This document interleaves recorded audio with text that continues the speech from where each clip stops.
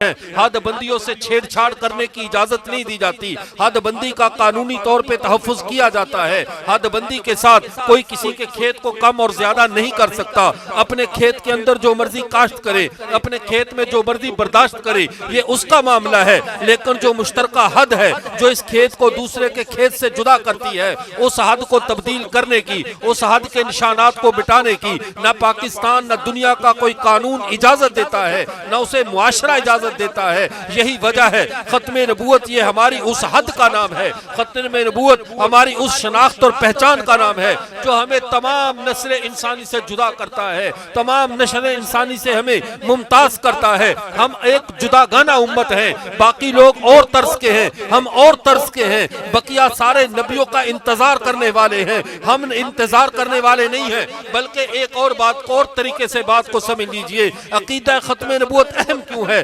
ساری نسل انسانی کی تربیت حضرت آدم سے حضرت خاتم صلی اللہ علیہ وسلم تک تمام نسل انسانی کی تربیت اس نہج پہ کی گئی تھی، اس اصول پہ کی گئی تھی کہ ہر نئے آنے والے کو اللہ کے سچے نبی کو ماننا ہے، ہر نئے آنے والی نبی کی آواز پہ تم نے لبیک کہنا ہے۔ اگر تم پچھلے سارے نبیوں پر ایمان لائے، نئے سچے نبی پر ایمان نہ لائے، تم کافر ٹھہرو گے، مسلمان نہیں رہ سکتے۔ تمہیں جس طرح آدم پہ ایمان لائے ہو، آدم کے بعد نوح پر بھی ایمان لانا ہوگا، نوح کے بعد یعقوب پہ، اسحاق پہ، ابراہیم پہ، موسیٰ پہ، عیسیٰ پہ، سب پر ایمان لانا ہے۔ کسی کے انکار کی گنجائش سابقہ امتوں کو نہیں دی گئی تھی، جس طرح سابقہ امتوں کو کسی نئے نبی سچے نبی کے انکار کی گنجائش نہیں دی گئی تھی۔ ان کے لیے لازم تھا ہر آسمانی آواز پہ لبیک کہیں، ان پہ لازم تھا ہر نئے نبی پر ایمان لائیں۔ ایسے ہی محمد عربی صلی اللہ علیہ وسلم کی امت پہ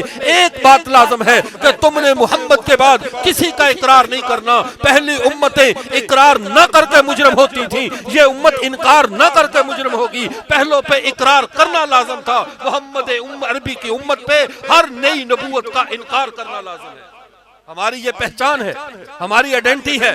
پہلی امتوں کی ضرورت تھی وہ نبیوں کو تلاش کریں، پہلی امتوں پہ وہ لازم تھا نئے نبی کی نشانیوں کو ڈھونڈیں، نئے نبی کی علامات کو چیک کریں کہ جو پچھلے نبی نے نشانیاں بتلائی ہیں، پچھلے نبی نے جو علامات بتلائی ہیں، ان کے اوپر پرکھو یہ آنے والا نبی اس پیمانے پہ پورا اترتا ہے یا نہیں اترتا۔ لیکن ہمیں تو کسی نئے نبی کی علامت نہیں بتائی گئی، ہمیں تو یہ نہیں بتایا گیا کہ فلاں علاقے میں ظاہر ہوگا تم اس کے پیچھے چلنا، بلکہ ہمیں تو رسول اللہ صلی اللہ علیہ وسلم نے ایک دلیل سکھائی ہے، ہمیں ایک بات بتلائی ہے، ہمیں ایک ترتیب بتا دی ہے۔ اور یاد رکھیے اقرار کرنے کے لیے 100 مشاہدات کی ضرورت ہے، کسی چیز کو ماننے کے لیے 100 بار پرکھنا پڑتا ہے، لیکن انکار کرنے کے لیے نہ پرکھنے کی ضرورت ہے، نہ چیک کرنے کی ضرورت ہے، نہ دیکھنے کی ضرورت ہے، نہ اس کے معجزات مانگنے کی ضرورت ہے۔ کیوں؟ انکار کرنے کے لیے کس دلیل کی ضرورت ہے؟ اب بات سنیے، ہمیں ہمارے پیغمبر نے ایک بات بتائی، فرمایا قد کانت بنو اسرائیل تسوسہم الانبیاء کلما ہلک نبی خلفہ نبی۔ تم یہ سبق کو سن لو، اپنی امت کو اللہ کے رسول نے سمجھا دیا۔ پہلی امتوں میں نبی آیا کرتے تھے، ایک کے بعد دوسرا سیاست کیا کرتے تھے، ایک کے بعد دوسرا قوموں کی قیادت سنبھالا کرتے تھے، ایک کے بعد دوسرا یہ سلسلہ چلتا رہتا تھا۔ کلما ہلک نبی خلفہ نبی، ایک نبی فوت ہوا، دوسرے نے قوم کو سنبھال لیا۔ فرمایا لیکن تم ایک سبق ذہن میں رکھنا، انا خاتم النبیین لا نبی بعدی، میں اللہ کا آخری نبی ہوں، میرے بعد کوئی نبی نہیں ہوگا۔ اب سابقہ امتوں کو نئے نبیوں کی راہ دکھائی گئی، ہمیں بتا دیا گیا ساری راہیں پوری ہو گئی ہیں، اب نئی راہ پہ تم نے نہیں چلنا۔ یہ امت اس اعتبار سے خوش قسمت ہے، عقیدہ ختم نبوت یہ ہماری اس خوش قسمتی کا نام ہے۔ یہ مائک گلا پکڑ رہا ہے، اس کو ذرا سیٹ کریں، یہ مائک کی سیٹنگ والا نا وہ گلا پکڑ رہا ہے، ذرا جزاکم اللہ۔ تو میں عرض کر رہا تھا سابقہ امتوں میں اور ہم میں بنیادی فرق یہ ہے کہ محمد عربی صلی اللہ علیہ وسلم کی امت اس اعتبار سے خوش قسمت ہے کہ اس کے نامہ اعمال میں ایک بھی اللہ کا سچا نبی فوت نہیں ہے، اس کے نامہ اعمال میں کسی ایک سچے نبی کا انکار نہیں ہے، اس کے نامہ اعمال میں حضرت آدم سے حضرت خاتم تک، اللہ کے پہلے نبی سے آخری نبی تک، سارے نبیوں کی لسٹ اٹھا کر دیکھ لو، اس امت کا عالم ہے یا جاہل ہے، نیک ہے یا بد ہے، اچھا ہے یا برا ہے، امیر ہے یا غریب ہے، جس طبقہ ہے زندگی کا تعلق رکھنے والا بھی ہے، اس کی لسٹ مکمل ہے، اس کی لسٹ میں ایک نبی بھی گم نہیں ہے، اس کی لسٹ سے ایک نبی بھی غائب نہیں ہے۔ کیا ہم اللہ کے سارے سچے نبیوں پہ ایمان رکھتے کہ نہیں رکھتے؟ جب ہم اللہ کے سارے سچے نبیوں پہ ایمان رکھتے ہیں، حضرت آدم سے محمد عربی تک ہماری لسٹ پوری، ہمارا ایمان پورا، ہمارے معاملات پورے، یہ اس امت کی خوش قسمتی ہے کہ حضرت آدم سے حضرت محمد عربی تک ایک بھی سچے کا اس نے انکار نہیں کیا اور ایک بھی جھوٹے کا اقرار نہیں کیا۔ نہ کسی سچے کا اقرار، نہ کسی جھوٹے کا انکار۔ جھوٹا ہماری لسٹ میں کوئی آ نہیں سکتا، سچا ہماری لسٹ سے کوئی غائب نہیں ہے۔ اس لیے فرمایا الیوم اکملت لکم دینکم، میں نے تمہارے دین کو پورا کر دیا ہے۔ دین محمد عربی کا پورا ہے۔ اب ہمارے نامہ اعمال کو جب قیامت کے دن رکھا جائے گا تو ہمارے نامہ اعمال میں حضرت محمد عربی سے اوپر حضرت آدم تک ہم سب پر ایمان لائے ہیں، لیکن ہمارے مد مقابل دوسرے جب دو ملتوں کو دیکھا جائے گا، چونکہ دنیا میں ٹوٹل اللہ نے 3 ملتیں بنائی ہیں، یہود، نصارہ اور حنفیہ۔ فرمایا قالوا کونوا ہودا او نصارى تہتدوا، یہودیوں اور عیسائیوں نے کہا یہودی ہو جاؤ، عیسائی ہو جاؤ، فلاح پا جاؤ گے۔ قل بل ملت ابراہیم حنیفا، فلاح کی راہ صرف ملت ابراہیم، یہ دین حنیف دین اسلام ہے۔ جب فلاح کی راہ ہمارے پاس ہے، اب ان 3 ملتوں میں ایک ملت موسیٰ ہے، ایک ملت عیسیٰ ہے، ایک ملت محمد عربی ہے، محمد عربی صلی اللہ علیہ وسلم کی ملت۔ ان 3 ملتوں میں ہم نے کسی جھوٹے کو نہیں مانا، یہ واحد ملت ہے جس نے کسی جھوٹے کو نبی نہیں مانا۔ اور حضرت موسیٰ کی ملت میں جب حضرت موسیٰ علیہ السلام کوہ طور پر گئے، زیادہ دور بھی نہیں گئے تھے، کوہ طور مصر کے اندر موجود وہ پہاڑ جس پہ حضرت موسیٰ اللہ سے ہم کلام ہونے گئے، پیچھے پوری کی پوری قوم گمراہ ہو گئی۔ ایک سامری جس نے نہ نبوت کا دعویٰ کیا تھا، ایک سامری جس نے کوئی ولایت کا اور مجددیت کا دعویٰ بھی نہیں کیا تھا، اس نے ایک چھوٹی سی شعبدہ بازی کی اور پوری کی پوری پڑھی لکھی قوم برباد ہو گئی۔ پڑھی لکھی قوم کیا ہو گئی؟ میں یہودیوں کو پڑھا لکھا کہتا ہوں، ان پڑھ نہیں کہتا۔ بعض لوگ یہ سمجھے شاید قادیانی پڑھے لکھے ہوتے تو گمراہ کیسے ہو گئے؟ یہودیوں سے بڑا پی ایچ ڈی ہولڈر کوئی نہیں تھا۔ گمراہ کس بات میں ہوئے؟ قرآن کی پہلی سورہ بقرہ کو اٹھا کر دیکھو، سورہ بقرہ یہ کوئی اور مذہب کی بات نہیں، یہ تورات کا خلاصہ ہے۔ تورات میں اللہ کے بیان کردہ احکام جو سارے شریعت موسوی میں تھے وہ سارے کے سارے اللہ نے سورہ بقرہ میں جمع کر دیے، جو شریعت عیسوی میں تھے وہ سارے سورہ آل عمران میں جمع کر دیے، سارے کا سارا محمد کا دین بقیہ قرآن میں جمع کر دیا۔ اب جب مسلمان قرآن پڑھتے ہیں ان کو شریعت موسوی پہ عمل کا بھی اجر ملتا ہے، شریعت عیسوی پہ عمل کا بھی اجر ملتا ہے۔ محمد عربی کے تو پھر ہے ہی اپنے، ان کا تو اجر انہی کا ہے۔ اب بات کو سمجھ لیجئے، اب قوم موسیٰ کو دیکھیے، ان سے کہا گیا جب ان کے قبیلے میں رائیل نام کے ایک آدمی نے کسی کو قتل کر دیا تھا، اب اللہ نے کہا گائے کو ذبح کرو، مارو اور تم اپنے قاتل کا پتہ کر لو کہ کس نے اس آدمی کو قتل کیا ہے۔ انہوں نے سوالات شروع کر دیے، جیسے پی ایچ ڈی کے اندر سوالات ہوتے ہیں، جیسے ایم فل میں پورا پرفارما فل کیا جاتا ہے۔ اب وہ پوچھ رہے ہیں گائے کا رنگ کون سا ہو، گائے کیسی ہو، کھاتی پیتی ہو، کیا کھاتی پیتی ہو، اگر کھیتی باڑی کرتی ہو یا اس سے پانی کنویں سے نکالا جاتا ہو۔ یہ سوال کر رہے ہیں، اللہ جواب دے رہے ہیں۔ سائل مخلوق ہے، جواب دینے والا خالق ہے، نہ سوالات میں کوئی ابہام باقی نہ جوابات میں ابہام باقی۔ اتنے ماہر ہو گئے تھے، پوری قوم گائے کے اوپر پی ایچ ڈی کر چکی تھی۔ اس پوری پی ایچ ڈی کا مقالہ اللہ نے سورہ بقرہ کی شکل میں قرآن میں لکھا ہوا ہے۔ ایسے ہے یا نہیں؟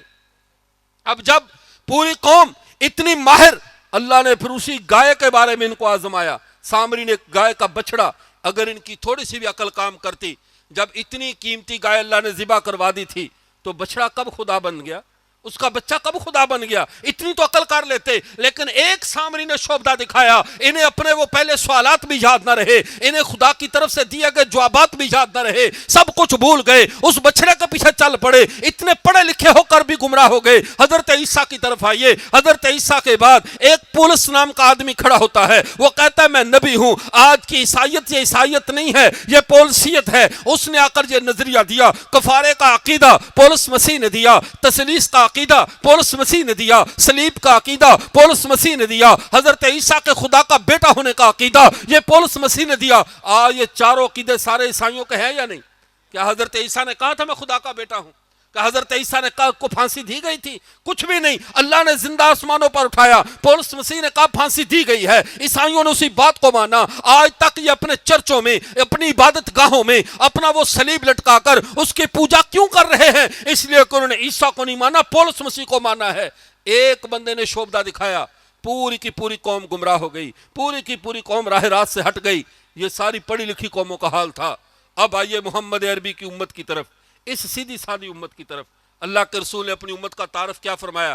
فرمایا نحن امت امیہ لا نکتب ولا نحسب۔ میری امت تو بڑی بھولی بالی ہے، زیادہ لکھنا پڑھنا نہیں جانتی۔ پہلے والے پی ایچ ڈیاں کر چکے ہیں، پہلے والے علم کے اعلیٰ ترین پیمانوں پہ، پہلے والے علم کی اعلیٰ ترین معراج پہ۔ بلکہ میں ایک اور بات کہوں، روئے زمین پر یہودی قوم یہ نسل انسانی کا وہ واحد طبقہ ہے جو سب سے زیادہ ذہین ہے، سب سے زیادہ عقل مند ہے، سب سے زیادہ فتین ہے، فتین بھی ہے، فتنہ بھی ہے سب سے بڑے۔ ان کو اتنی عقل کہاں سے آ گئی؟ اس لیے کہ انہوں نے زمین پر رہتے ہوئے جنت کے پھل کھائے ہیں، انہوں نے زمین پر رہتے ہوئے من و سلوہ کھایا ہے، جنت کا پھل کھایا ہے۔ اس لیے یہ قوم انتہائی ذہین ہے۔ سب ذہانتوں کے باوجود یہ قوم گمراہ ہو گئی، سب عقلوں کے باوجود یہ قوم گمراہ ہو گئی۔ لیکن محمد عربی صلی اللہ علیہ وسلم نے کیا کہا؟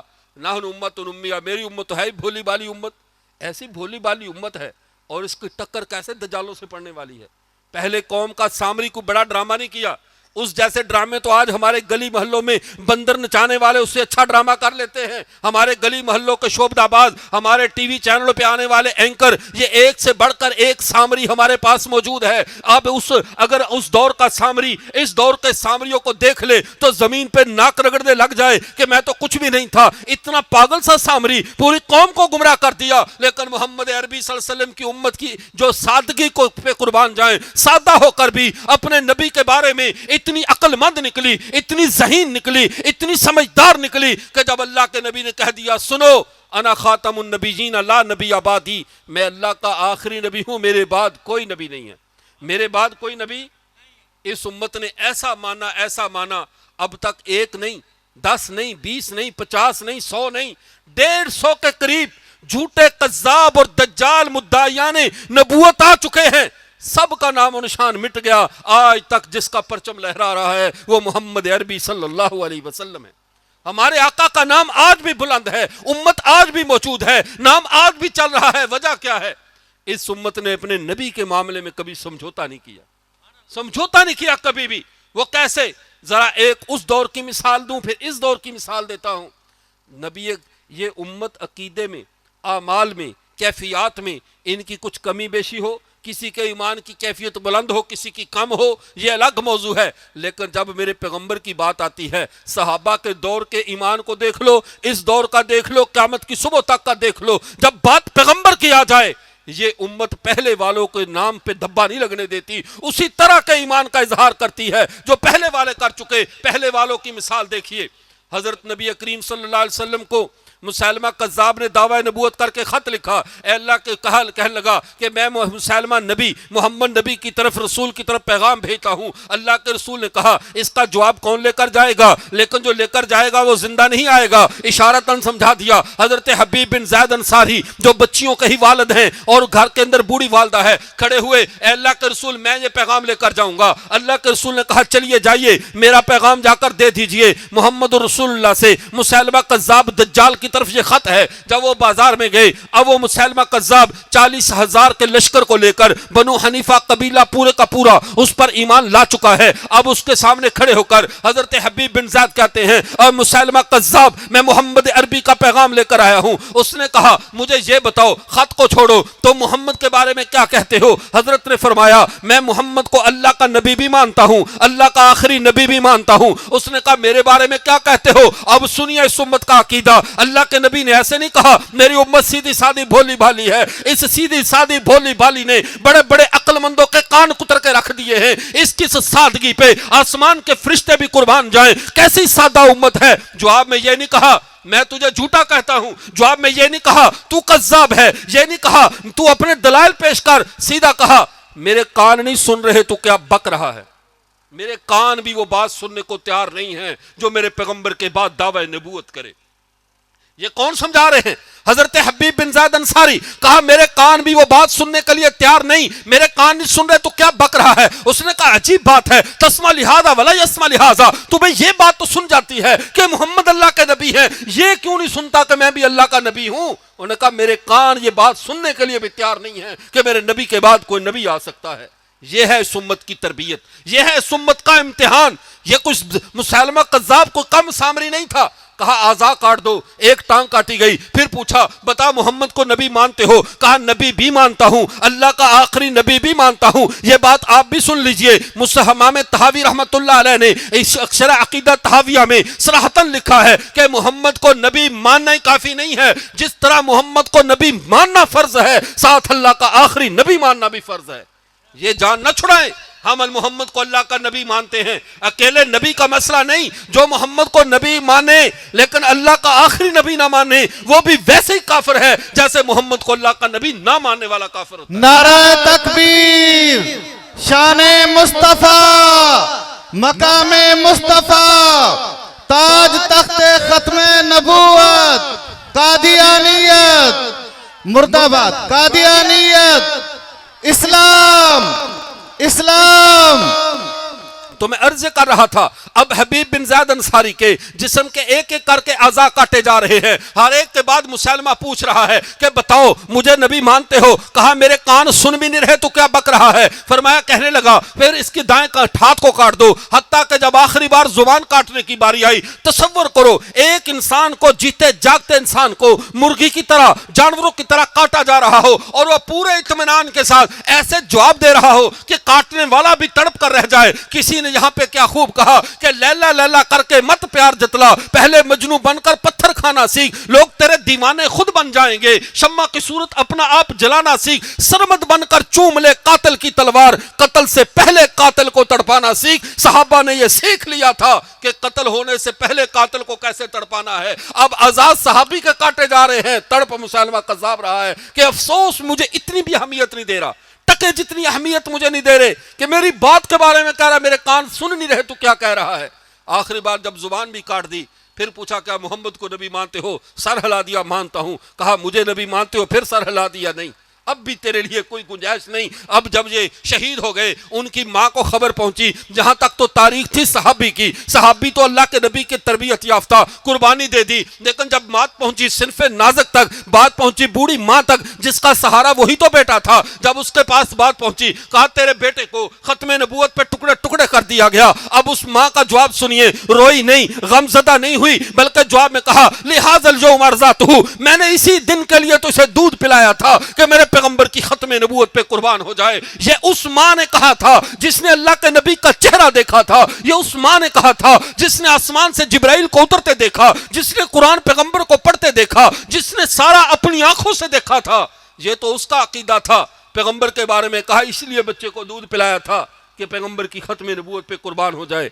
1953 کی تاریخ چلتی ہے, آج سے کوئی 60-70 سال پرانی بات ہے. پورے 70 سال, یا 2023 چل رہا ہے, آج سے پورے 70 سال پہلے لاہور کی سرزمین پہ گولیاں چل رہی ہیں, ختم نبوت کے جیالوں کو شہید کیا جا رہا ہے, تاج و تخت ختم نبوت کا نعرہ لگانے کے جرم میں قتل کیا جا رہا ہے. اور یہاں پر میں آپ حضرات کے ضمن میں ایک اور بات بھی عرض کرتا چلوں, جب بھی نعرہ لگایا کرو تو تاج و تخت ختم نبوت کا نعرہ لگایا کرو, تاجدار ختم نبوت کا نعرہ نہ لگایا کرو. کیوں؟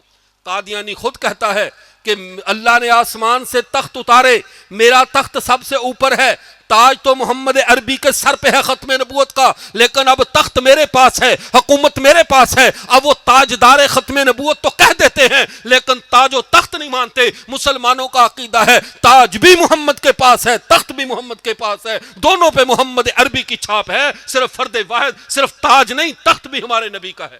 ایسے ہے یا نہیں؟ اب قوم نعرہ لگاتی تاج و تخت ختم نبوت, گولیاں چلتی, شہید ہو جاتے, نوجوان شہید ہو رہے ہیں. ایک بوڑھی ماں جس نے اللہ کے نبی کا زمانہ نہیں پایا, جس نے صحابہ کو نہیں دیکھا, جس نے خاندان نبوت کو نہیں دیکھا, 1400 سال بعد کی ماں ہے, بیٹے کو مخاطب کر کے کہتی ہے, بارات لے جا رہی ہے, دلہن کو بیاہ کر لا رہی ہے, اپنے بیٹے سے کہا بیٹا میں نے تیرے سر پہ صحرا دیکھنا تھا, میری تمنا پوری ہو گئی, دلہن کو لانا تھا, میری تمنا پوری ہو گئی, یہاں نہ مل چھوڑ، آج دیکھ لوگ میرے سائیں کی عزت پہ کیسے جانے دے رہے ہیں، ادھر تاج و تخت کا نعرہ لگا کر ختم نبوت پہ قربان ہو رہے ہیں، ادھر ماں نے یہ کہا تھا میں نے اپنے بیٹے کو دودھ پلایا اس لیے تھا کہ محمد کی ختم نبوت پہ کٹ جائے، اور 1400 سال بعد کی ماں کیا کہتی ہے، بیٹا جا آج تو میرے سائیں کی عزت پہ کٹ جا، میں تجھے اپنا دودھ معاف کر دوں گی۔ ہمارے یہاں تو ماؤں کی چھاتیوں میں دودھ ہوتا ہی ختم نبوت کی وجہ سے ہے، پلاتی ہیں تو پیغمبر پہ کٹنے کے لیے، معاف کرتی ہیں تو کٹنے کے بعد، کٹ جاؤ تو معاف، اگر کسی کو بھیجنا ہے میدان میں تو ماؤں کا دودھ رنگ لاتا ہے کہ بچے پیغمبر کی ختم نبوت پہ قربان ہو جاتے ہیں۔ پھر ختم نبوت کا کام کرنا کوئی چھوٹا کام نہیں، ان دیوانوں کو مت دیکھو اٹھے جھا گئے تھانے کچہری یا کچھ بھی نہیں۔ آپ نے کبھی دیکھا ہے یہ کبوتر پکڑنے والوں کو، کبھی آپ لوگوں نے دیکھا ہے کیسے ان پہ نشہ طاری ہوتا ہے کبوتر کا، وہ بھاگ رہے کبوتر کے پیچھے، کبوتر کہاں بیٹھے گا، پتنگ پکڑنے والے گاڑی سے ٹکرا رہے کوئی پتہ نہیں، حالانکہ پتنگ کی کوئی وقت نہیں ہے، پتنگ کی کوئی حیثیت نہیں ہے، اس کے پیچھے بھاگنے والے دنیا مافیہ سے بے نیاز، کبوتروں کے پیچھے بھاگنے والے دنیا مافیہ سے بے نیاز، اور جنہوں نے محمد عربی کی عشق کی شراب پی رکھی ہو، جنہوں نے پیغمبر کی ختم نبوت پہ کٹ مرنے کے عہد کر رکھے ہوں، ان کے لیے دنیا مافیہ کی تکلیفیں، جیلیں اور ہتھ کڑیاں، گالیاں اور گولیاں، یہ کوئی ٹکے جتنی حیثیت نہیں رکھتی، بلکہ ہم تو کہتے ہیں نشود نصیب دشمن کے ہلا کے تیغ، سر دوستاں سلامت کے تو خنجر آزمائی۔ ہم نہیں چاہتے تمہارے خنجروں سے دشمن مرے، پیغمبر کے نام پہ ہماری گردنیں حاضر ہیں، آؤ ہمارے گلے کاٹو، یہ گلے تو پلے ہی پیغمبر کے نام پہ ہیں، کٹنا بھی انہی کے نام پہ جانتے ہیں۔ ان لوگوں کا درجہ جو ختم نبوت پہ کام کرتے ہیں، اب اس بات کو سمجھ لیجئے، ختم نبوت کا کام کرنا، پیغمبر کی ختم نبوت کے چوکیداری کرنا، اس سرحد کا دفاع کرنا کتنا اہم ہے۔ حضرت ابو مسلم خولانی، یہ بھی مسیلمہ کذاب کا معاصر معاملہ تھا، ادھر اسود انسی نے یمن میں دعویٰ نبوت کیا، ابو مسلم خولانی کو مسیلمہ کذاب نے، اسود انسی نے بلا کر کہا کیا مجھے نبی مانتے ہو؟ ان کے بھی وہی جواب تھے جو حبیب بن زید انصاری کے تھے۔ ابو مسلم خولانی صحابی نہیں ہیں، ابو مسلم خولانی ایک تابعی ہیں، اللہ کے نبی کا زمانہ انہوں نے پایا، لیکن اللہ کے نبی کی خدمت میں حاضر ہو کر صحابی کا شرف نہیں پا سکے۔ اب کیا ہوا، اب اسود انسی دعویٰ نبوت کرتا ہے، جب دیکھا کہ اسود انسی نے کہا میری تو سارا اقتدار جا رہا ہے، بندے اس کی بات لے رہے میری نہیں لے رہے، اس نے آگ جلائی، آگ جلا کر حضرت اسود انسی کو، حضرت ابو مسلم خولانی کو اس آگ میں ڈال دیا گیا۔ ادھر سے دربار نبوت سے ارشاد ہوتا ہے پہلی امت میں اگر کوئی ابراہیم تھا، میری امت کا کسی نے ابراہیم دیکھنا ہے تو ابو مسلم خولانی کو دیکھ لے۔ اب آگ جل رہی ہے، ابو مسلم خولانی کو ڈال دیا گیا، آگ ٹھنڈی ہوئی، اسود انسی سمجھتا تھا آگ جلنے کے ساتھ ابو مسلم خولانی جل کر کوئلہ ہو چکا ہوگا، راکھ ہو چکا ہوگا۔ آگ بجھی، ابو مسلم خولانی اپنے رب کی عبادت میں مشغول تھے، سر تر و تازہ حیات، بلا لیا، اب کہنے لگا دیکھو اب تو اگر یہاں رہے گا تو میرا اقتدار ہی ختم ہو جائے گا، لوگ سارے مجھے چھوڑ جائیں گے، تو میرا علاقہ چھوڑ دے، صنع یمن سے چلا جا۔ وہ واپس آئے، اب ختم نبوت کے کام کرنے والوں کی عزت کا اندازہ لگاؤ، آ کر مسجد نبوی میں اپنے گھوڑے کو، اونٹ کو باہر باندھا، اونٹ کو بٹھایا، مسجد میں گئے، نماز میں مشغول ہو گئے۔ حضرت عمر کا دور خلافت ہے، حضرت ابو بکر کا دور خلافت شروع ہو چکا، اللہ کے نبی پردہ فرما چکے۔ حضرت عمر آئے، آ کر اس کو دیکھا یہ مسافر ہے، پوچھا بھئی کہاں سے آئے ہو؟ کہا یمن سے آیا ہوں۔ کہا بتلاؤ تو صحیح، یمن میں ایک آدمی نے دعویٰ نبوت کیا تھا، اس کا نام اسود انسی تھا، کہا اس نے ایک بندے کو آگ میں ڈالا تھا، اس کے کچھ خبر دو، اس کے بارے میں کچھ حالات بتاؤ۔ انہوں نے بتایا ہاں آگ میں ڈالا تھا لیکن اللہ نے اپنے بندے کی حفاظت کی۔ اب حضرت عمر کی آنکھ تو پھر نبوت کی آنکھ ہے، اللہ کے نبی نے کیا کہا تھا، ابو بکر و عمر منی بمنزلۃ السمع والبصر، ابو بکر اور عمر میرے کان اور آنکھوں کی طرح ہیں، ابو بکر میرے کانوں کی طرح ہے، عمر میری آنکھ کی طرح ہے۔ عمر کی آنکھ اپنی آنکھ نہیں ہے، یہ نبوت کی آنکھ ہے۔ عمر نے پہچان لیا، یوں گریبان سے پکڑ لیا محبت سے، کہا قسم اٹھا کر بتاؤ کیا تم ہی ابو مسلم خولانی نہیں ہو؟ انہوں نے کہا حضرت میں ہی ہوں۔ فرمایا پھر ہاتھ اٹھاؤ، میرے لیے اور امت کے لیے دعا کرو، ہمیں حکم دیا گیا تھا اس سے دعا کروانا جو میری ختم نبوت پہ قربانی دے کر آ رہا ہے۔ عمر کوئی عام آدمی نہیں ہے، یہ وہ شخص ہے جس کے بارے میں اللہ کے رسول نے کہا تھا لو کان بعدی نبی اللہ کان عمر، میرے بعد کوئی نبی ہوتا تو عمر ہوتا۔ اور وہ شخص کہہ رہا ہے ایک تابعی سے جس نے ختم نبوت کے لیے قربانی دی، ہاتھ اٹھاؤ اور میرے لیے بھی دعا کرو، امت کے لیے بھی دعا کرو۔ اس سے پتہ چلا اللہ کے ہاں ختم نبوت کا کام کرنے والوں کا بڑا درجہ ہے کہ اللہ کے نبی ان کے فضائل بیان فرما رہے ہیں۔ اب اگلی بات کو سمجھ لیجئے، عقیدہ ختم نبوت یہ ہماری زندگی کا نام ہے، عقیدہ ختم نبوت یہ ہماری پہچان کا نام ہے۔ یہ جلسے جلوس صرف اسی لیے ہیں کہ ہم اپنی پہچان کو یاد رکھیں، اپنی پہچان کو گم نہ کریں، اس لیے کہ ہماری زندگی اسی بات میں ہے کہ محمد عربی ہمارے نبی ہے۔ قادیانی کیوں مر گئے، انسانی تاریخ میں گالی کیوں بن گئے؟ میں یہاں موجود اگر اس پروگرام کی وساطت سے پوری دنیا میں کوئی قادیانی سن رہا ہے تو میں اس سے بھی مخاطب ہوں، تو نے محمد عربی کو چھوڑ کر تجھے ملا کیا؟ ایک زندہ و جاوید نبی کو چھوڑ کر، ایک شفیق نبی کو چھوڑ کر، ایک دجال کے پیچھے چلنے کا جو تو نے سودا کیا ہے، تجھے ملا کیا ہے؟ کیا تیرے ہاتھ میں خاک آئی ہے؟ محمد عربی کا دین قیامت کی صبح تک تر و تازہ ہے، اور یہ امت قیامت کے دن تک امت ہے، یہ ریٹائر ہونے والی امت نہیں ہے، یہ امت ہمیشہ رہنے والی امت ہے۔ سابقہ امتیں جب قیامت کے دن پیش ہوں گی تو ان کی حیثیت امت والی ختم ہو چکی ہوگی، ان کی حیثیت ریٹائرمنٹ کی ہوگی۔ حاضر ڈیوٹی اگر کوئی امت پیش ہوگی اللہ کے دربار میں تو آپ ہیں، ہمارے پیغمبر ہیں، صبح قیامت تک کے مسلمان ہیں، ہم قیامت والے دن بھی حاضر ڈیوٹی اٹھائے جائیں گے، ہم ریٹائر ہونے کی حالت میں نہیں اٹھائے جائیں گے۔ کیوں؟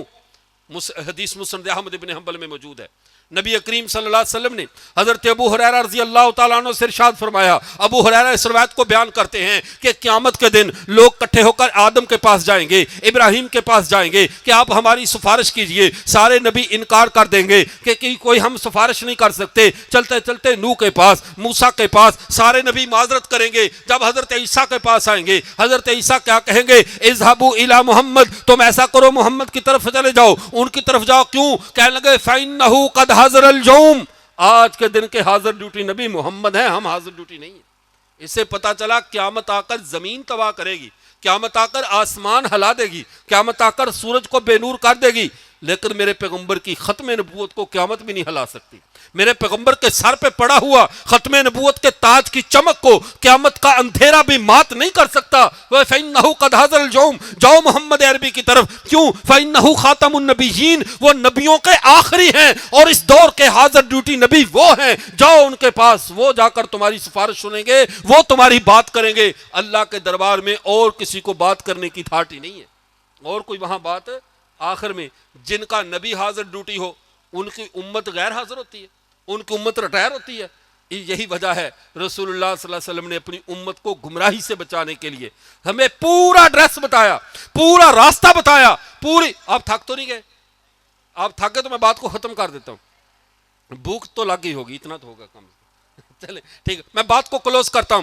اللہ کے نبی صلی اللہ علیہ وسلم نے اپنی امت کی اتنی دستگیری فرمائی ہے، اتنا ہاتھ سنبھالا ہے، اتنا ان کے سر پہ ہاتھ رکھا ہے کہ کوئی جگہ ایسی نہیں چھوڑی جہاں پر امت کا ہاتھ چھوڑ دیا ہو، جہاں امت اندھیرے میں چلی گئی ہو۔ قبر میں جائیں گے، جب فرشتے آ کر سوال کریں گے من ربو کا، من نبیوں کا، نبی کا نام آتے ہی قبر میں پیغمبر کے چہرے کا دیدار کروا دیا جائے گا تاکہ یہ امتی یہاں پر بھی تنہائی محسوس نہ کرے، تیرا نبی تیرے ساتھ ہے۔ غم کیوں کرتا ہے؟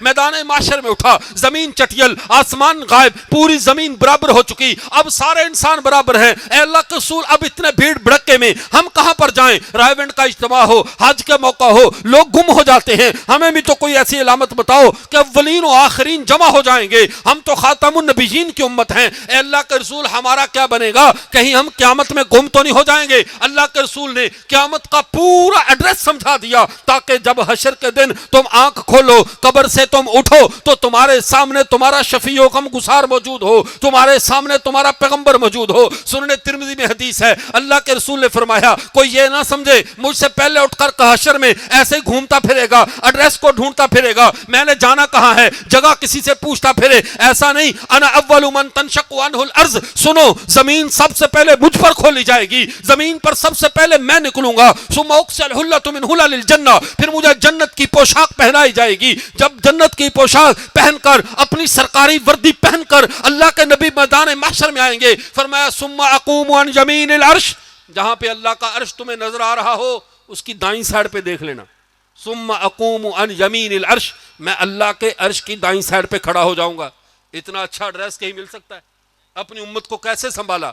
دل میں خیال پیدا ہو سکتا تھا ابراہیم بھی تو بڑے شان والے نبی ہیں، کوئی اور نبی بھی ساتھ کھڑا ہو گیا، ہمیں کیسے پتا چلے گا ہمارے نبی کون سے ہیں؟ فرمایا لا ينبغي احد من الخلائق ان يقوم ذلك المقام غیری، سن لو اللہ کی مخلوق میں کسی میں دم نہیں ہے محمد کی جگہ پہ کوئی اور کھڑا ہو جائے، وہاں میں ہی کھڑا ہوں گا تو وہاں پر آ جانا۔ اللہ کے صحابہ نے کہا، صحابہ کی سادگیوں پہ قربان جائیں، سادہ سادہ مسئلے پوچھے، ہمارے جیسوں کا حوصلہ بن گیا، ہمارے جیسوں کی زندگی بن گئی۔ اللہ کے رسول حشر میں وہاں نہ آپ کو پائیں، کہاں میں دیکھیں، فرمایا حوض پہ آ جانا، میں اپنے امتیوں کو وہاں پہ پانی پلا رہا ہوں گا۔ اللہ کے رسول اس کے بعد فرمایا تم میزان پہ آ جانا، میں میزان کے اندر میرے جس امتی کا پلڑا تھوڑا سا کمزور ہوگا میں اس کو بچانے کے لیے وہاں کھڑا ہوں گا، تم پلس رات پہ آ جانا، جس میرے امتی کا ہاتھ ڈولے گا، پاؤں کپ کپائیں گے، میں اسے پکڑ کر جنت میں لے جاؤں گا۔ اے اللہ کے رسول ہم تو سب سے آخر میں آئے ہیں، تمام نسل انسانی پہلے آئی ہے، کہیں ایسا تو نہیں سارے جنت میں جاتے رہیں، ہم ویٹنگ روم میں کھڑے رہیں، ہم مشقتیں برداشت کرے رہے؟ فرمایا نہ گھبرانے کی ضرورت نہیں ہے، فرمایا انا اول من شق باب الجنہ، ہم پہلی جماعت ہیں، پہلا گروہ ہے جو جنت کے دروازے پہ دستک دیں گے۔ جب تک میں اور میری امت جنت میں نہیں جائے گی کوئی امت بھی جنت میں نہیں جا سکتی۔ اب اتنے بڑے شفیق نبی کے ہوتے ہوئے، اتنی رحمت کے ہوتے ہوئے انہیں چھوڑنا بدبختی کی انتہا ہے۔ جس بدبختی کا ارتکاب قادیانیوں نے کیا ہے، جس بدبختی کا ارتکاب انہوں نے کیا ہے، تو ختم نبوت کا عقیدہ ہمیں ایک حدیث سنا کر پھر میں اگلی بات کرتا ہوں۔ ایک بات کو سمجھ لو، یہ آپ کے لیے بہت ضروری ہے، میرے لیے بھی ضروری ہے۔ کام ہم سب نے کیا ہوا لیکن ہمیں پتہ نہیں ہے۔ وہ ایک آدمی تھا اور ایک بادشاہ نے اپنے گھر میں وہ شیر کو پالا ہوا تھا، شیر کو پالا ہوا تھا بکریوں کے ساتھ، تو بکریوں کے ساتھ رہتے رہتے اس نے بھی گھاس کھانا شروع کر دیا۔ اس کو پتہ ہی نہیں تھا میں شیر ہوں، اپنی صلاحیتیں ہی بھول گیا۔ اس کو ذرا پھر ایک دن تالاب پہ جب پانی پینے گیا، اپنا عکس دیکھا، اس نے تصویر دیکھی، تصویر دیکھ کر اسے احساس ہوا کہ میں بکری نہیں ہوں، میں شیر ہوں، میں بکری نہیں ہوں، میں شیر ہوں، میری حیثیت اور ہے، ان کی حیثیت اور ہے۔ آج میں آپ کو اپنا چہرہ دکھانا چاہتا ہوں، آپ کو عکس دکھانا چاہتا ہوں، تاکہ آپ کو پتہ چلے آپ نسل انسانی کا کتنا خوش قسمت طبقہ ہے اور ہمیں پتہ ہی نہیں ہے۔ رسول اللہ صلی اللہ علیہ وسلم نے کیا فرمایا؟ فرمایا انا وساط کہاتین، میرے بعد آنے والی چیز قیامت ہے، قیامت تک اگر کوئی چلنے والی چیز ہے تو میں ہوں اور میری امت ہے، اس کے علاوہ کوئی نئی امت آنے والی نہیں ہے۔ اے اللہ کے رسول قیامت تک ہم جائیں گے، ہمارے ہاں جس کی دوڑ ہو، جس نے 1-2 کلومیٹر دوڑنا ہو اسکول کے اندر کسی اسٹوڈنٹ نے، یا پولیس کی دوڑیں لگی ہوں، یا فوج کی، یا جس نے بھی ایکسرسائز کرنی ہو، وہ 2-4-5 کلومیٹر بھی دوڑے، اس کے لیے وہ ہائی ڈوز لیتا ہے، خوراکیں کھاتا ہے، اپنے جسم کو طاقتور کرتا ہے کہ میں نے دوڑ میں حصہ لینا ہے، میں نے ٹاپ کرنا ہے۔ لیکن اللہ کے رسول آپ نے ہمارا میدان تو بہت لمبا بتا دیا، ہمیں یہ بھی نہیں بتایا قیامت کب قائم ہوگی، ہمیں تو یہ بھی نہیں پتا قیامت کب آنی ہے۔ چلو اتنا ہی پتا ہوتا تو ہمیں کچھ حوصلہ ہو جاتا کہ 2-4 ہزار سال بعد آنے والی ہے، تو ہم کیلکولیٹر کیلنڈر لگا لیتے، ریمائنڈر لگا لیتے اور چلتے رہتے دھیمے دھیمے، لیکن ہمیں تو یہ بھی نہیں پتا، پھر چلو راستہ ہی ہموار ہوتا۔ فرمایا میری امت پہ فتنوں کی بارش ایسے ہوگی جیسے آسمان سے بارش برستی ہے، فرمایا تمہارے گھروں کے اندر بھی فتنے گھس جائیں گے۔ اللہ کے رسول آزمائش اس سے بھی زیادہ سخت، اور پھر راستے کا بھی پتہ نہیں، منزل کا بھی پتہ نہیں،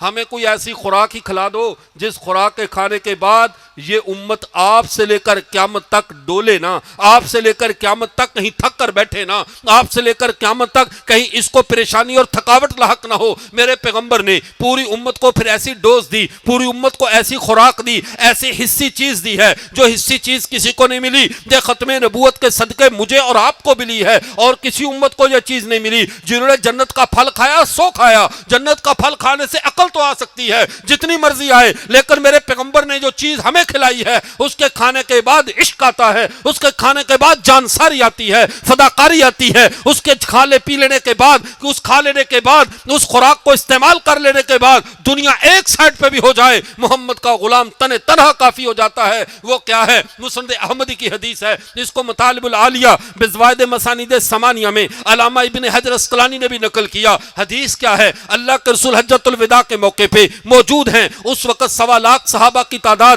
علامہ ابن حجر اسقلانی نے تہذیب التہذیب میں لکھا 1.25 لاکھ سابقہ جیسے امتوں کے نبی تھے، محمد کے 1.25 لاکھ صحابہ تھے، وہ 1.25 لاکھ صحابہ کا دور ہے، حجۃ الوداع کا موقع ہے۔ اللہ کے رسول نے بیر زمزم سے، زمزم کے کنویں سے ایک ڈول منگوایا، اس سے اللہ کے نبی نے وضو کیا، پھر کلی کی غرارے کیے اور غراروں اور کلی والا پانی دوبارہ ڈول میں ڈال دیا۔ جب دوبارہ ڈول میں ڈالا، اب سارے صحابہ بے چین ہیں، کاش اللہ کے رسول آج اپنا مبارک جھوٹا پانی مجھے پلا دیں۔ اللہ کے رسول یہ مبارک پانی آج مجھے دے دیں. سارے صحابہ بے چین, سارے صحابہ کی تمنا. لیکن غور کیجئے میرے پیغمبر کی میرے اور آپ سے محبت کتنی ہے, میرے پیغمبر کی قیامت تک آنے والے انسانوں سے محبت کتنی ہے.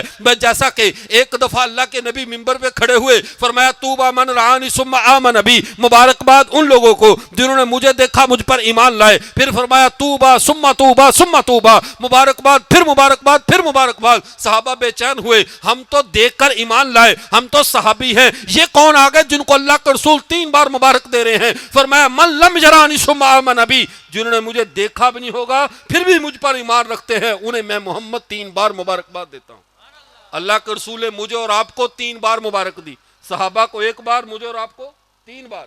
اس سے بڑی سعادت کیا ہوگی. آگے چلیے, اب یہاں پہ بات ختم نہیں ہوئی. اللہ کے رسول نے اس صحابہ کے چہروں کو دیکھا, سارے صحابہ بے چین ہیں. کہہ رہے اٹھا جو مینا بدست ساقی, رہی نہ پھر تاب ضبط باقی. ہر ایک مہکش پکار اٹھا, یہاں سے پہلے یہاں سے پہلے, ہر ایک کی خواہش اللہ کے رسول مجھے دے.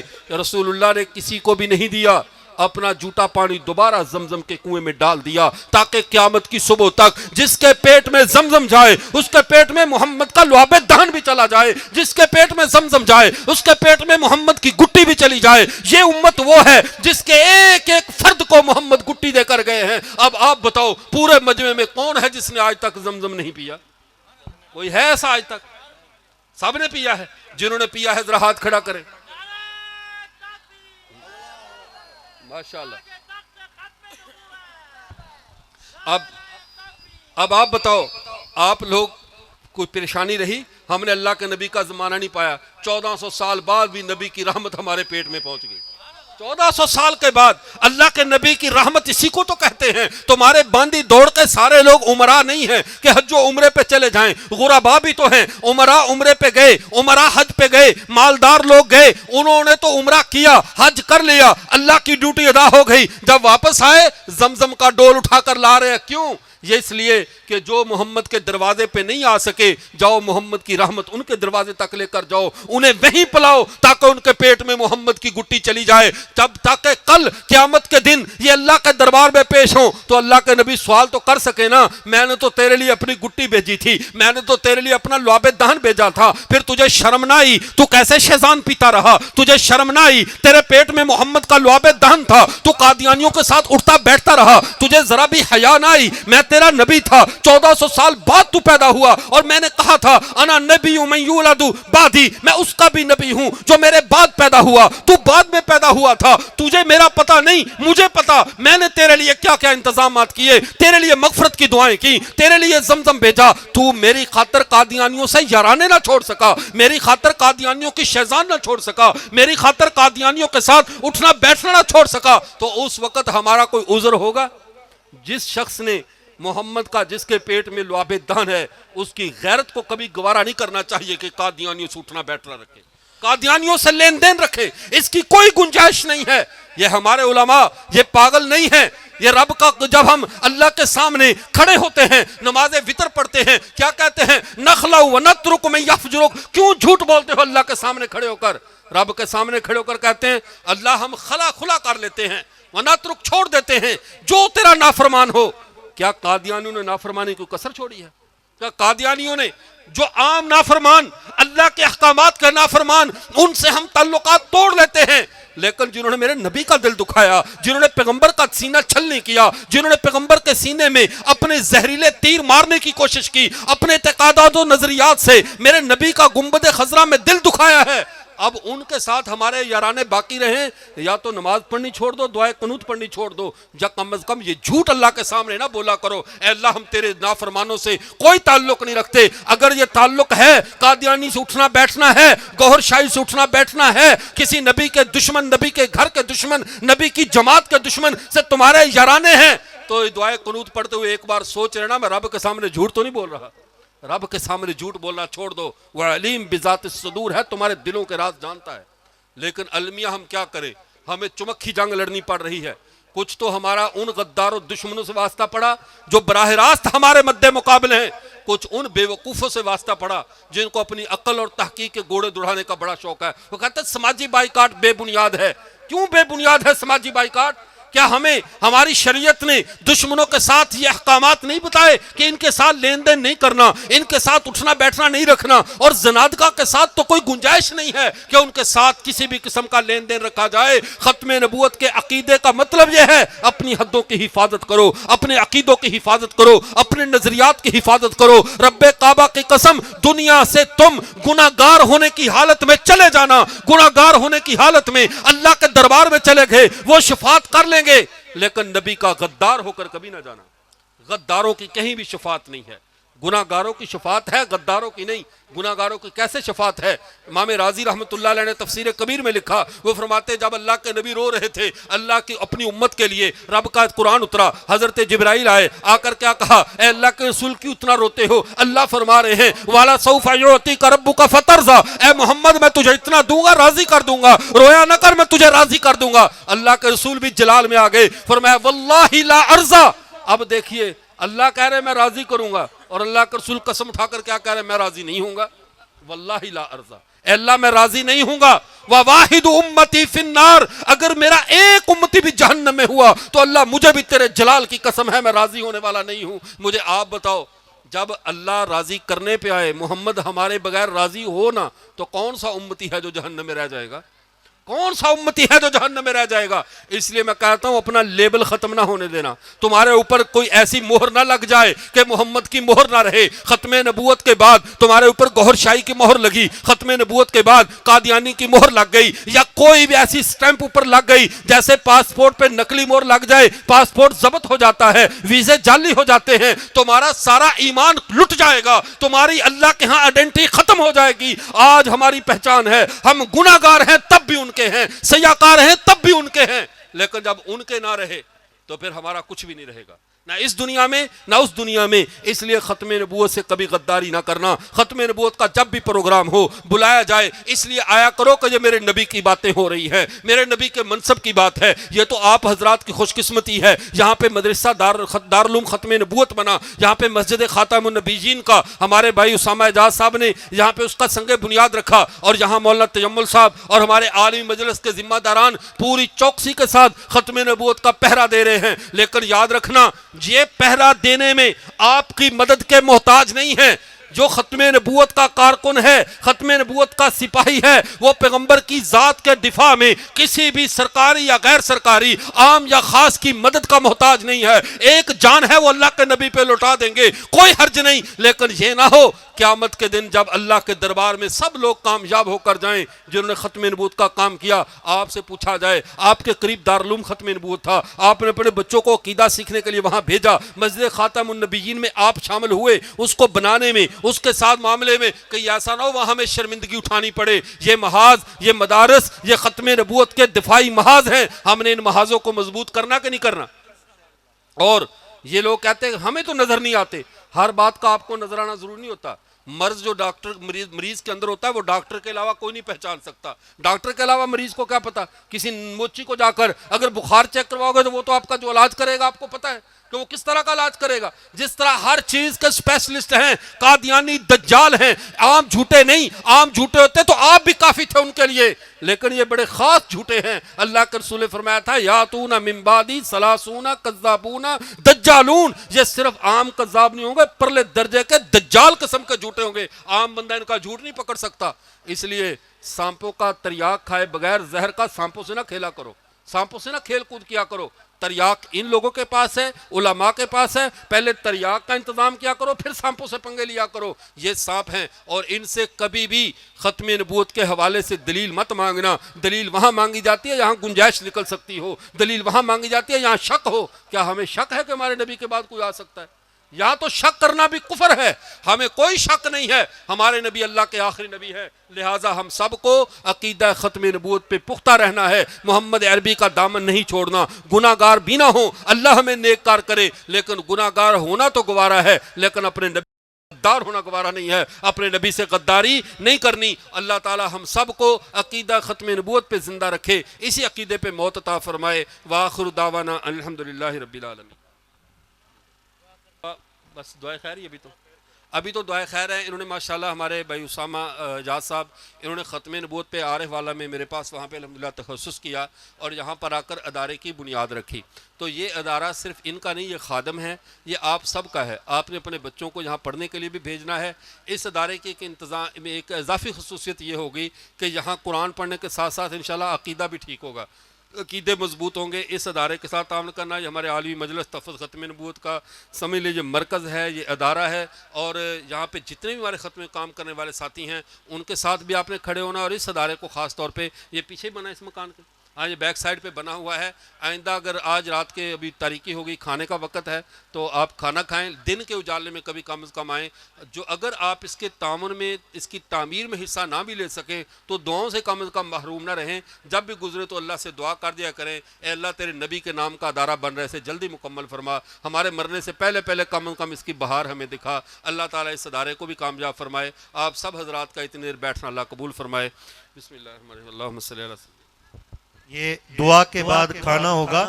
گیٹ پر ساتھی کھڑے ہوں گے، ختم نبوت کا لٹریچر سارے دوست لے کر جائیں گے، خود بھی پڑھیں گے، دوسروں کو پڑھنے کے لیے بھی دیں گے.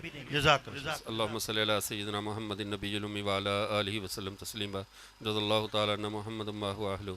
ربنا ظلمنا انفسنا وان لم تغفر لنا وترحمنا لنکونن من الخاسرین. یا اللہ تو غفور رحیم ہے، ہماری اس کانفرنس کو، ہمارے اس پروگرام کو پورے علاقے میں ہدایت کا ذریعہ بنا دے. یا اللہ پورے علاقے میں خیر و برکت اور عافیت کا ذریعہ بنا. یا اللہ ہمارے جن جن ساتھیوں نے اس پروگرام کے لیے اس سے پہلے ختم نبوت کے کام میں کوشش کی، سب کی کوششوں کو اے اللہ قبول فرما. اے اللہ تو اپنے حبیب صلی اللہ علیہ وسلم کے صدقے ہمارے تمام بیماروں کو شفائے کاملہ عاجلہ مستمرہ نصیب فرما. اے اللہ جتنے بھی بہن بھائی ہمارے بے اولاد ہیں، یا اللہ سب کو نیک صالح اولاد عطا فرما. اے اللہ بغیر اولاد کے، بغیر والدین کے، یا اللہ تو ہی اچھا لگتا ہے. تو نہ اولاد کا محتاج ہے، نہ والدین کا، نہ بہن بھائیوں کا. اے اللہ ہم سب تیرے محتاج بندے ہیں، ہمیں ہر چیز کی احتیاجی ہے. اللہ ہماری بے بسی اور ہماری احتیاجی پہ رحم فرما. اے اللہ تمام بے اولادوں کو نیک صالح اولاد عطا فرما. اے اللہ جن کو تو نے اولاد دی ہے انہیں والدین کا، اپنا اور اپنے حبیب کا فرما بردار بنا. اے اللہ جتنے بھی ہمارے مسلمان بھائی مقروض ہیں سب کو قرضے کے بوجھ سے نجات عطا فرما. اے اللہ جتنے ہمارے یہاں کے مسلمان بھائیوں کے مالی حالات تنگ ہیں ان کے رزق حلال میں اللہ برکت عطا فرما. اے اللہ جو گھریلو جھگڑوں میں، گھریلو پریشانیوں میں مبتلا ہیں ان کے گھروں کو امن کا گہوارہ بنا. اے اللہ تو اپنے حبیب صلی اللہ علیہ وسلم کے صدقے جو کچھ ہم نے مانگا وہ ہمیں عطا فرما. اے اللہ جو نہیں مانگ سکے ہمارے جہاں کے دوستوں کے دلوں میں ہے اپنے والدین کی مغفرت کی دعائیں جو بھی ہے، اے اللہ تو بن مانگے وہ سب کچھ عطا فرما. تو دلوں کے راز جانتا ہے. اللہ ہم سب کی جھولیوں کو اپنی خیر اور برکت سے پر فرما. صلی اللہ تعالیٰ علی خیر خلقہ محمد و آلہ و صحبہ اجمعین برحمتہ.